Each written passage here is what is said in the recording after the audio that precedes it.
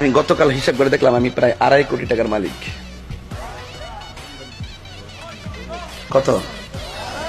গতকাল আমি দেখলাম যে 2.5 কোটি টাকার মালিক। না, তখন যদি দুদক শুনে আমার আইব দর্ত।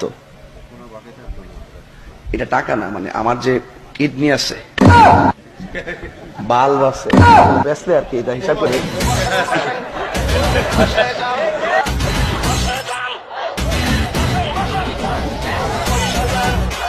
আমি গতকাল হিসাব করে দেখলাম আমি প্রায় 2.5 কোটি টাকার মালিক।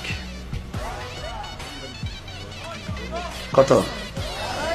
গতকাল আমি দেখলাম যে 2.5 কোটি টাকার মালিক। না,